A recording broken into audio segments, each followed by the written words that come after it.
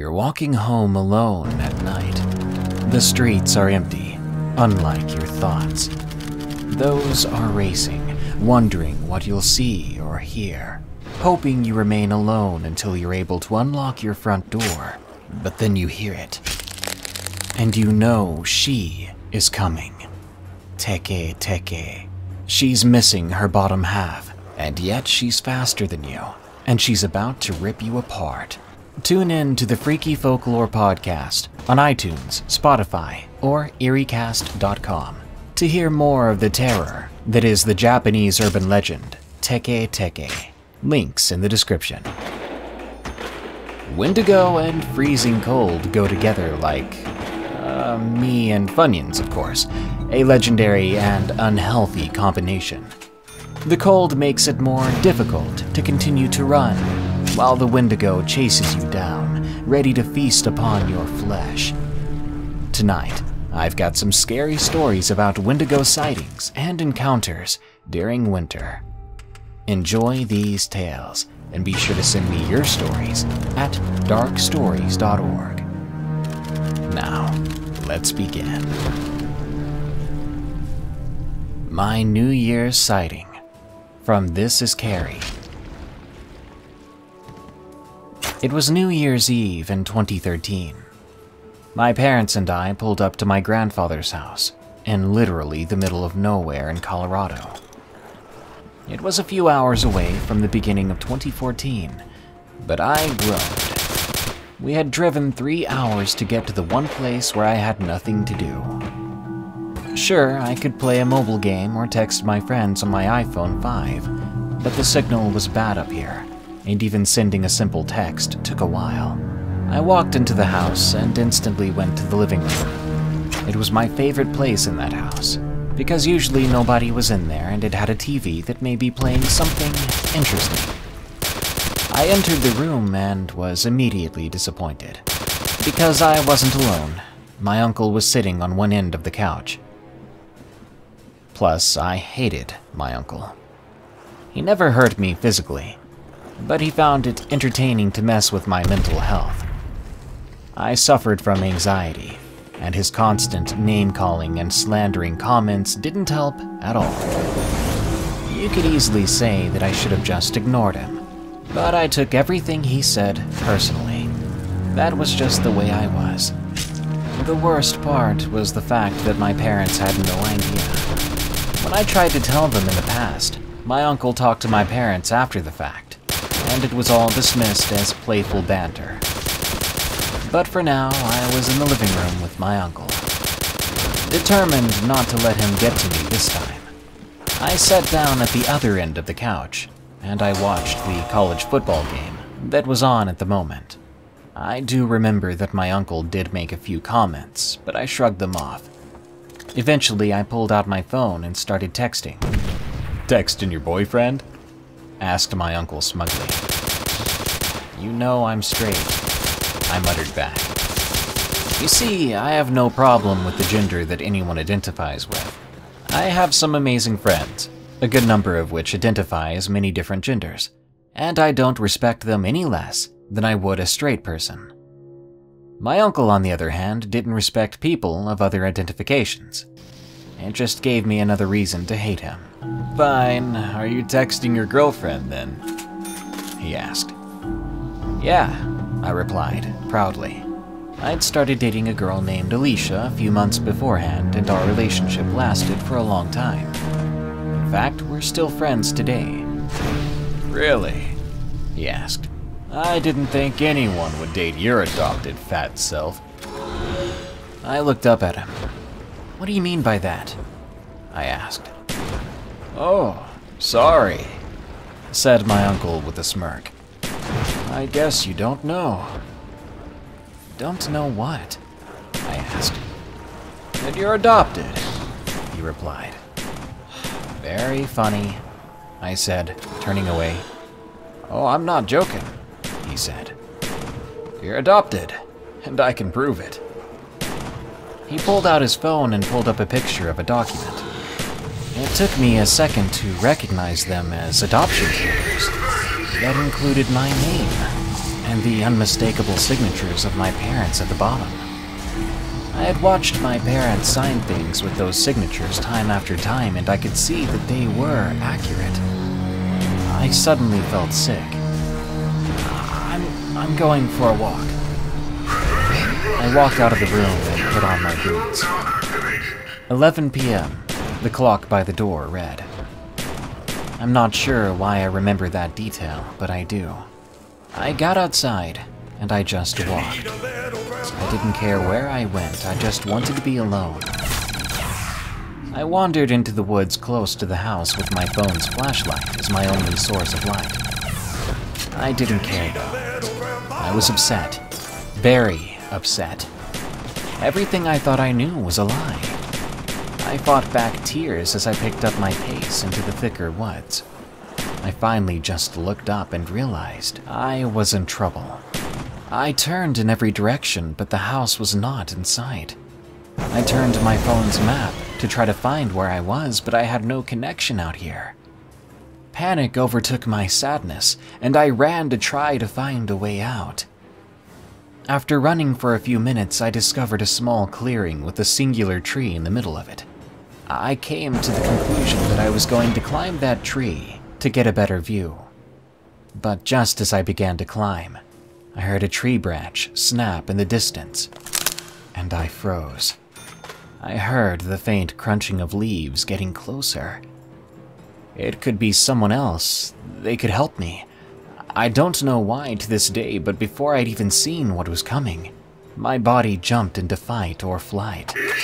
My adrenaline pumped, and I quickly went into the tree line to watch from afar.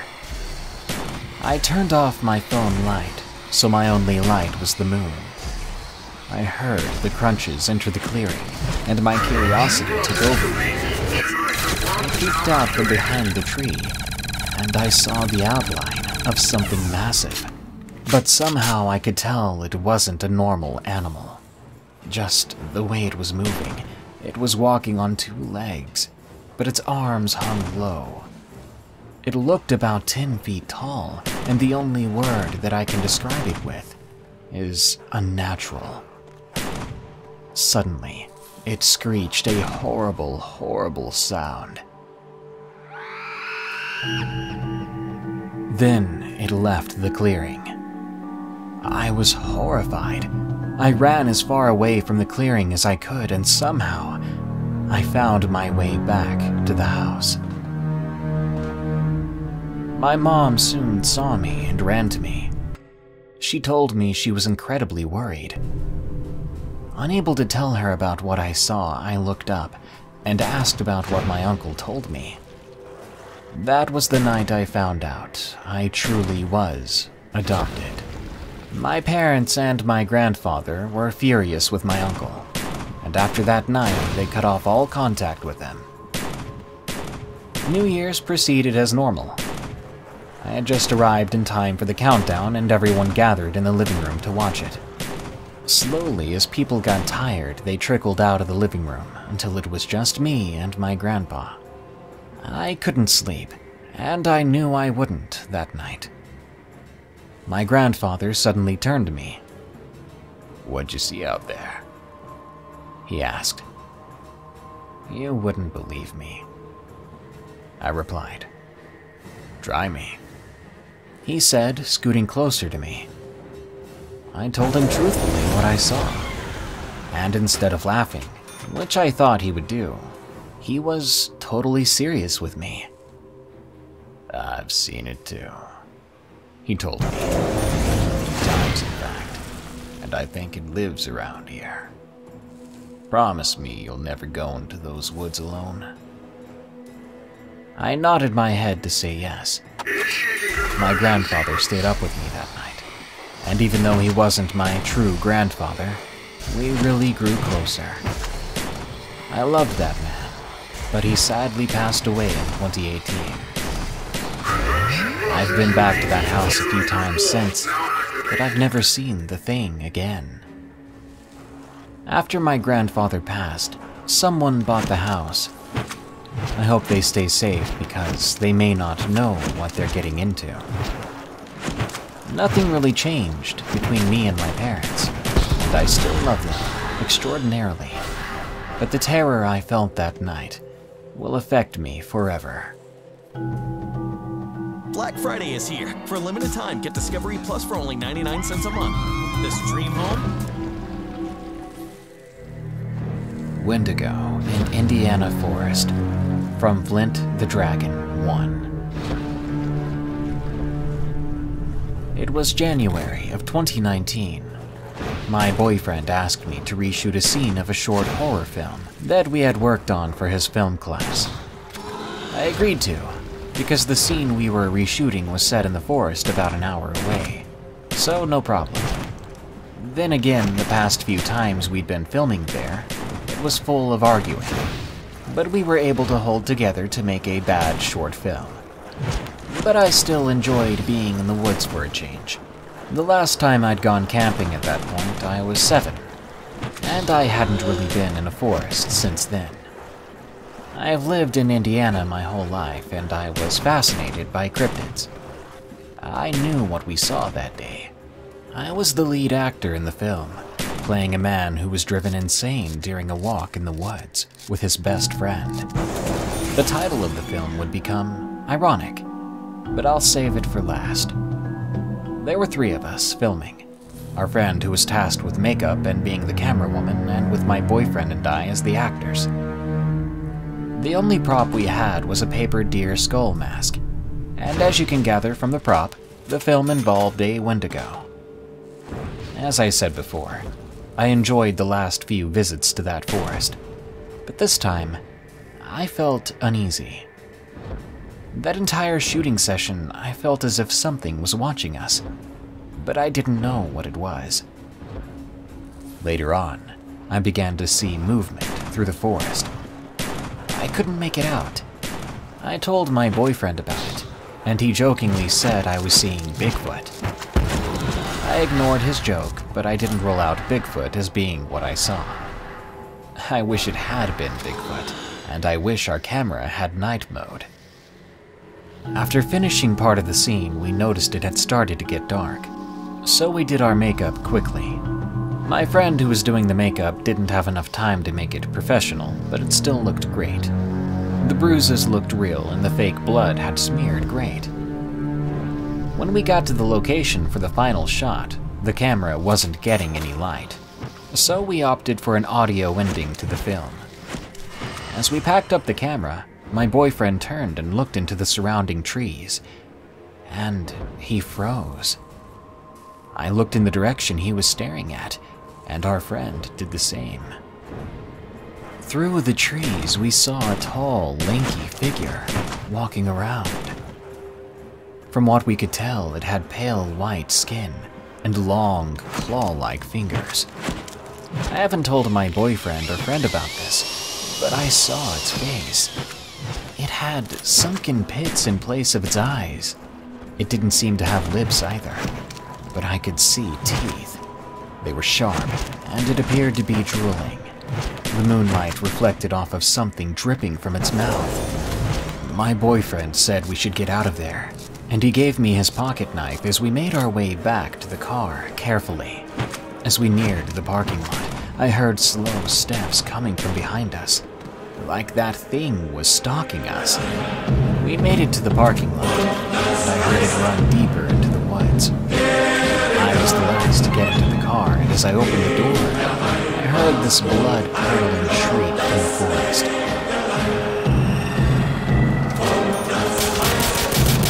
It had an unnatural tone to it. I quickly got into the car, and we drove away. We didn't talk about it during the drive. My boyfriend was visibly shaken. We dropped our friend off at her house, and my boyfriend dropped me off at her. We went home. I told my mom about what we saw, and she asked if I knew what it was. I said honestly, it looked like a Wendigo, and not the deer skull-faced kind. It looked like what the original legends described, like it had been human at one point. I wanted to go back to where we saw it, but I decided against that, knowing that I couldn't fight back if things took a turn for the worse.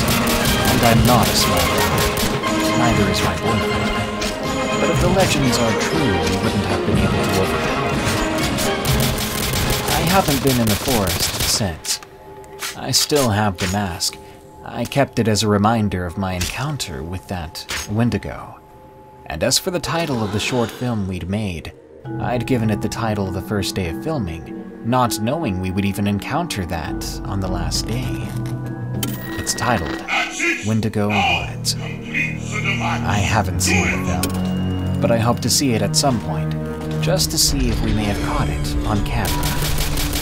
I'll post an update on this when I watch the film, and let you know if I see anything.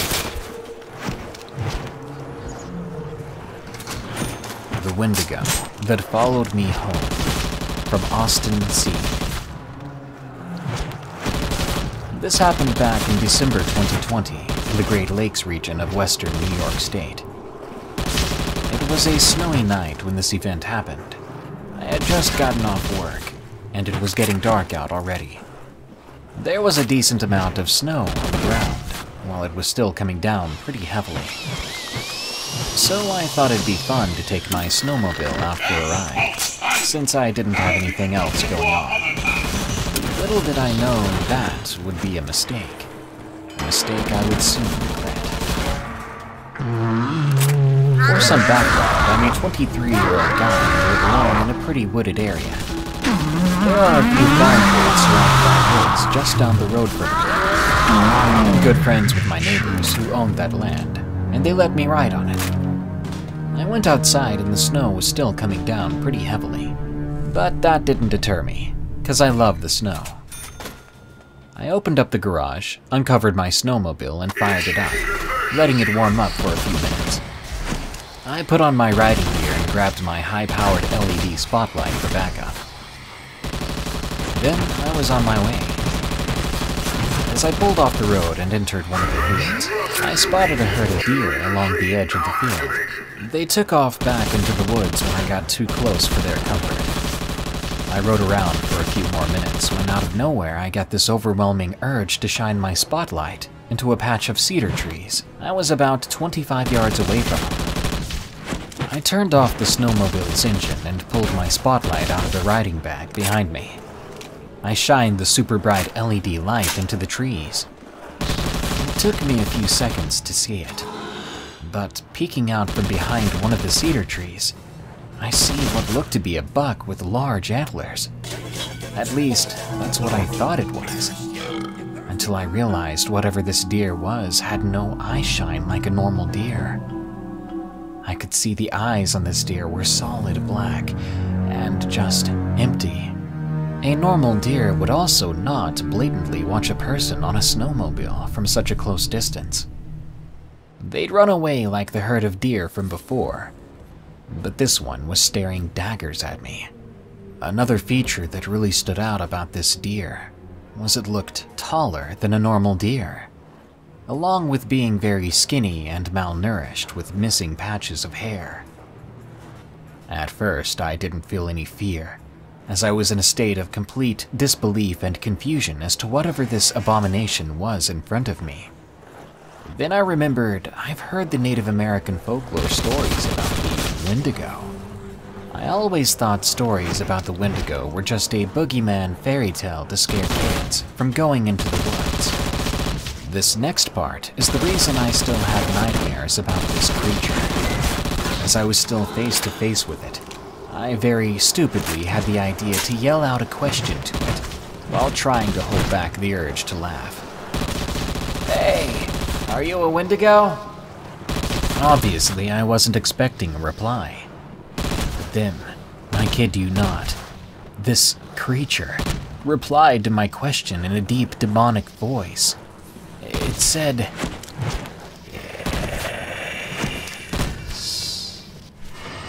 It then proceeded to laugh. That's when the immense fear and the urge to get out of there hit me like a freight train.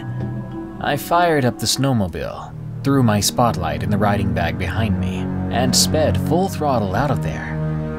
I almost wiped out a few times, getting back home from going so fast. I made it back in a few minutes, then scrambled into the garage. I parked the snowmobile and made sure every door and window was locked. I wish I could say this terrifying encounter ended here, but it didn't. Later that night, after I'd gone to bed, I had a horrifying nightmare about that Wendigo. In it, I was being trapped in my house while this monstrosity was trying to break in to get me. It was speaking to me in that same voice. Austin, I can see you in there. I'm coming to get you. At that point, I woke up, startled in a cold sweat, and breathing heavily. I sat up in bed and looked around the dimly lit room. Peering in the window I hadn't shut the blinds to was that exact same monster that I'd seen on my snowmobile before. The one I'd seen in my nightmare, speaking those words that I thought were a dream. Except now, I was fully awake. But this time, while it was still staring daggers at me, it had a huge grin across its face, showing a row of razor-sharp teeth, and it was standing on two legs easily over 7 feet tall. I could see even better now how much this monster looked like a rotting, decaying deer corpse. Needless to say, I screamed like a frightened child, and started fearfully choking out the Saint Michael the Archangel prayer, even though I'm not much of a religious person. As I was forcing myself to recite that prayer, the monster began emitting this otherworldly growl, and it laughed again. When I finished the prayer with the word Amen, the monster was just gone. I didn't sleep the rest of that night, and dreadfully waited for it to come back. But it didn't. I went and stayed with my family until I could move out of that house, and I never told anyone this story until now, out of fear of sounding insane. Even though I'm doing better now and living in a more populated area, I'll still have haunting nightmares once in a while about that terrifying monstrosity. Smile Direct Club is 60% less than Invisalign, but you get so much more. How do they do that? I avoided becoming a meal for a Wendigo. From Death Raptor. This pandemic has been really hard for me, as I can't see my friends outside of online classes. I'm an extreme extrovert. It was around 7:30 to 7:45. It was winter, so it was already dark then. That's when I had my encounter. I was relaxing outside in my aunt and uncle's hot tub. They have a cabin up on Mount Hood in Oregon, with about one road that passes by the grounds. There's tall, medium, and small evergreen pines scattered about the landscape, with white snow on the ground from a fresh afternoon snowfall earlier in the day. I was sitting in the warm water, occasionally whistling out into the dark, since I enjoyed listening to the echo it made. I was making whistling sounds like the way you call your creatures an ark. So yeah, every so often I whistled, all the while I laid in the tub. I'd eventually realized I heard nothing except the light drizzle on the roof from the cold mountain rain. No birds, no other animals, and no people, except for my family. I whistled once more, but weirdly enough, I heard what sounded like a reply a second or two after the whistle I emitted. I made the horror movie mistake of whistling again, and I got another reply.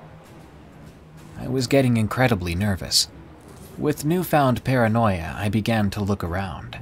My thoughts weren't fully on the darkness of the forest. I was thinking about teenage boy stuff, mostly my girlfriend and overall missing her.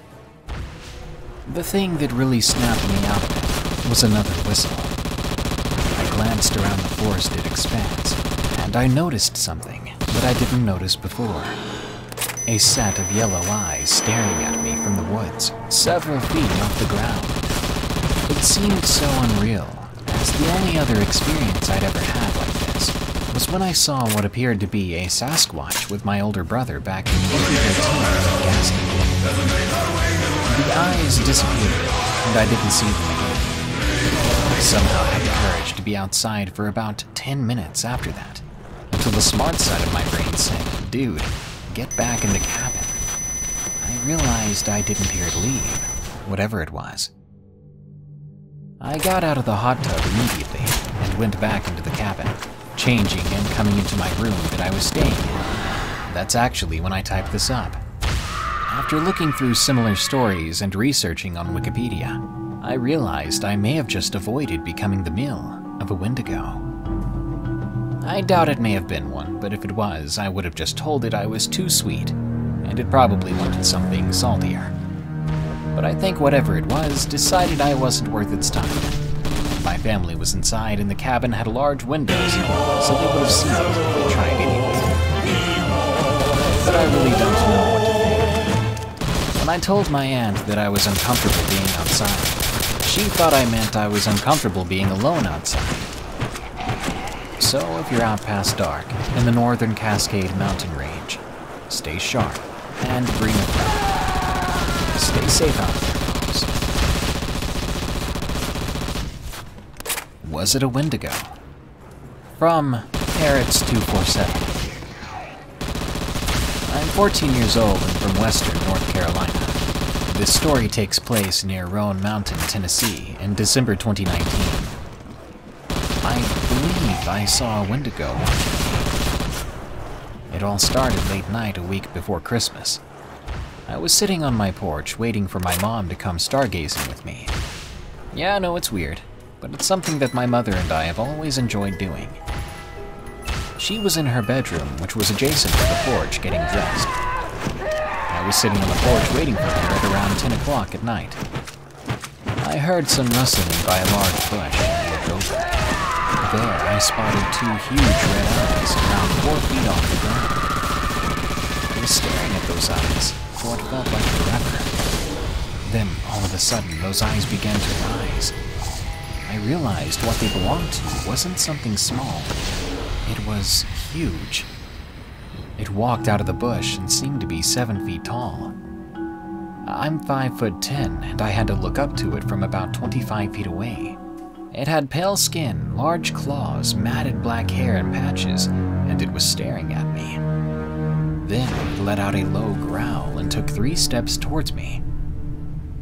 I'm not sure if it was a he or she, because it had no genitalia, but it was built like a human man. I felt nothing but fear in that moment. For some unknown reason, it just turned away and walked in the opposite direction like nothing happened. And it was just going back home or something, or to the store or something else just as mundane. Then it walked behind my great-uncle's barn, and it disappeared. The next day, I went to where it was, and there were footprints bigger than my hand, but they just stopped at the barn. I still sit out at the porch at night, but haven't seen anything like it since.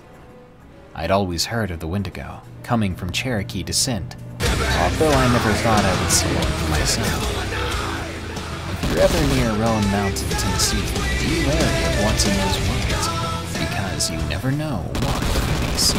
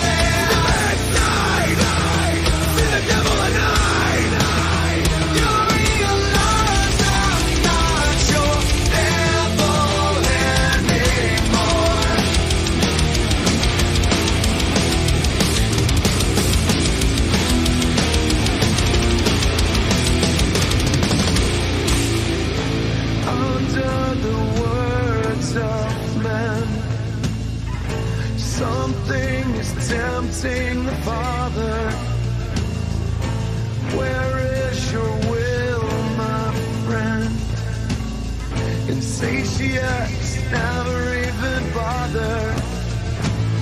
You and I on the right, traded love for the leverage. In between the lambs and lights, you're not what you seem. Step inside, see the devil at night. Too many times we've lived.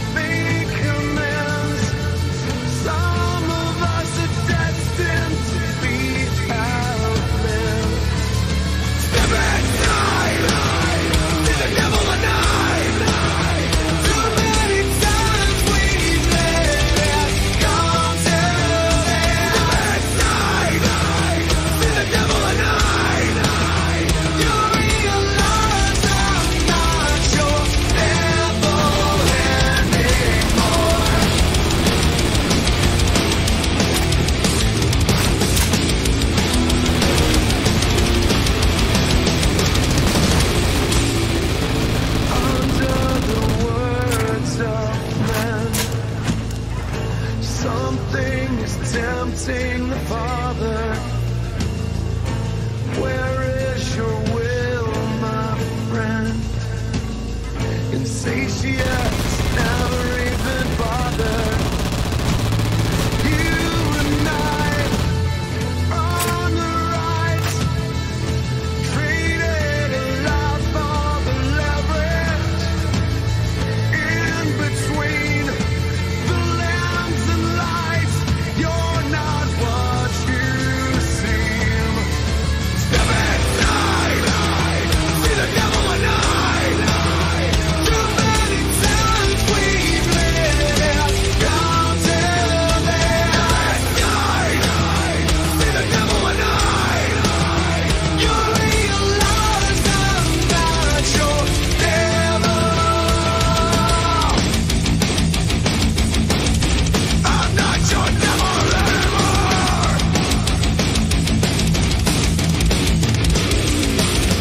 Your station is abandoned. Fooled you 'cause I know what you've done. Sensation, deprivation. Should've burned when you turned on everyone.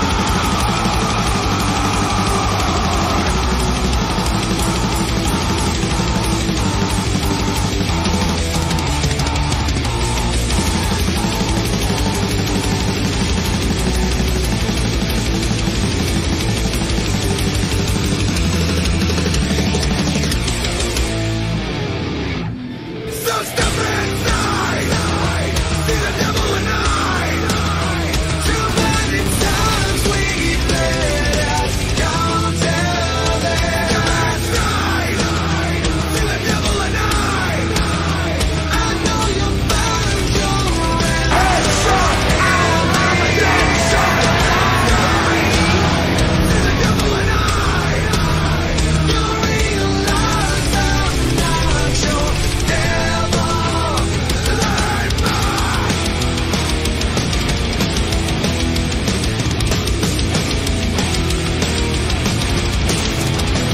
So step inside, step inside. See the devil at night. See the devil at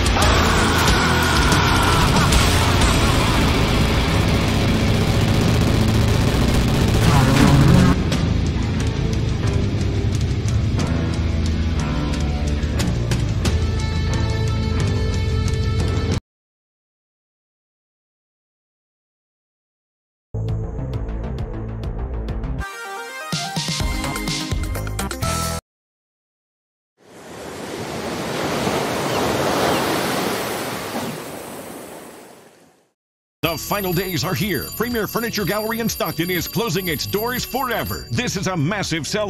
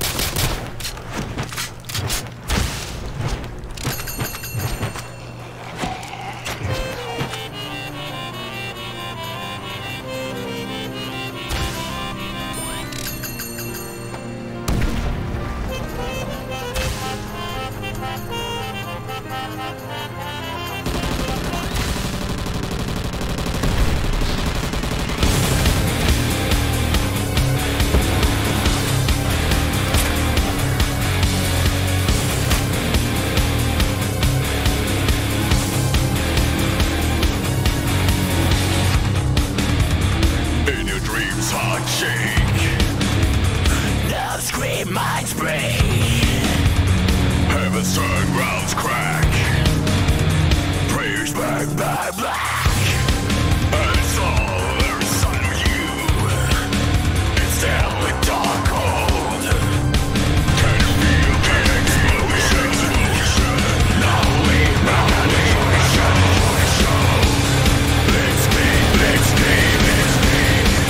let's keep moving.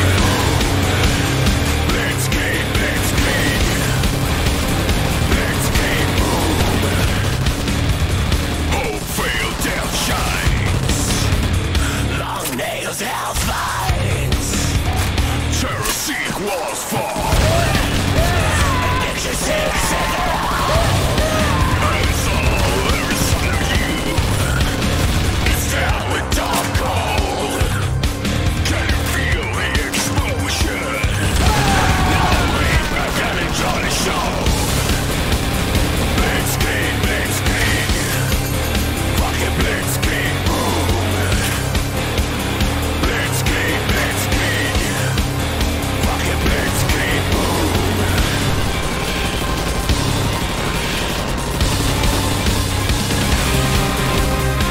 This is the end, yeah. Still your need is driven on, driven on.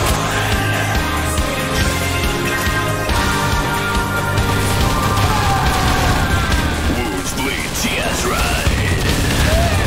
Demons feed, angels hide. Father's sigh, mother's weep. Children cry, cry deep. But it's all there inside of you. It's down with dark cold. Can you feel the explosion? Now lean back and enjoy the show. Blitzkrieg, Blitzkrieg. Fucking Blitzkrieg, boom. Blitzkrieg, Blitzkrieg. Headshot! I'm a dead shot!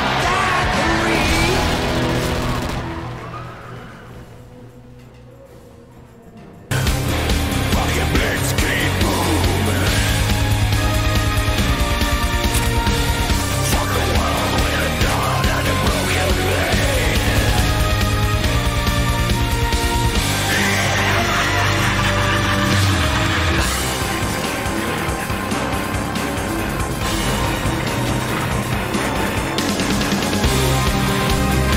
This is the end, yeah. Still your need is driven on, driven on.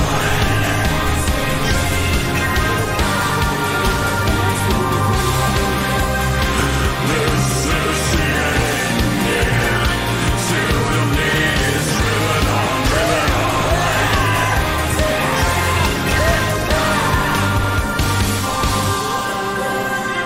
This is the end. Still your need is driven on, driven on.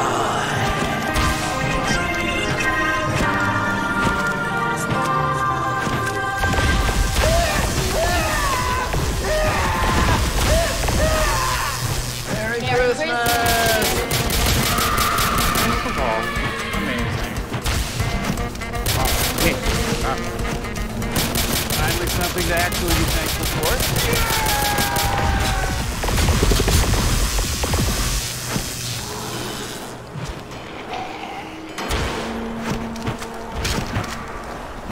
Ashley Home Store is now offering 0% interest for 6 years on all Tempur-Pedic purchases until the end of the year. Click the link to find your local store. Ashley Home Store. This is home.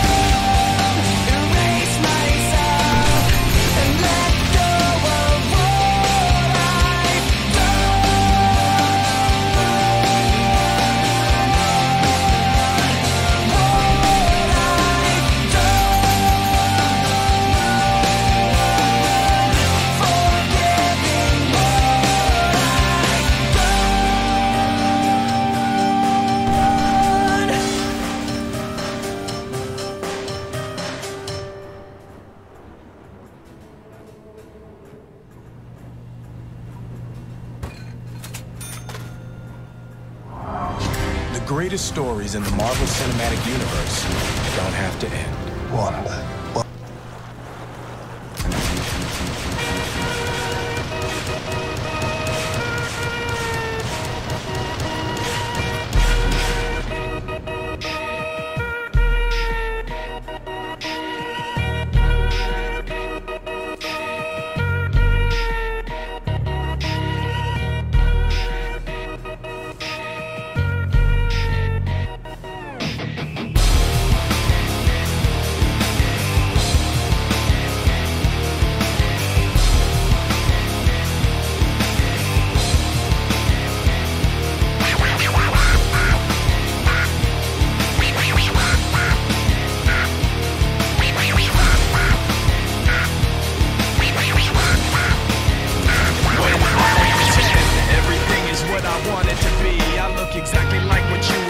Wanted to see when I pretend I can forget about the criminal I am, stealing second after second just cause I know I can, but I can't pretend this is the way it'll stay. I'm just trying to bend the truth. I can't pretend I'm who you want me to be, so I'm lying my way from you. No turning back now. I wanna be put aside, so let me go. No turning back now. Let me take back my life. I'd rather beg all alone. No turning back now. Anywhere on my own, cause I can say no turning back now. The very worst part of you is me. I remember what they taught to me. Remember condescending talk of who I ought to be. Remember listening to all of that and this again. So I pretended up a person who was fitting in. And now you think this person really is me. And I'm trying to bend the truth. The more I push, the more I'm pulling away. Cause I'm lying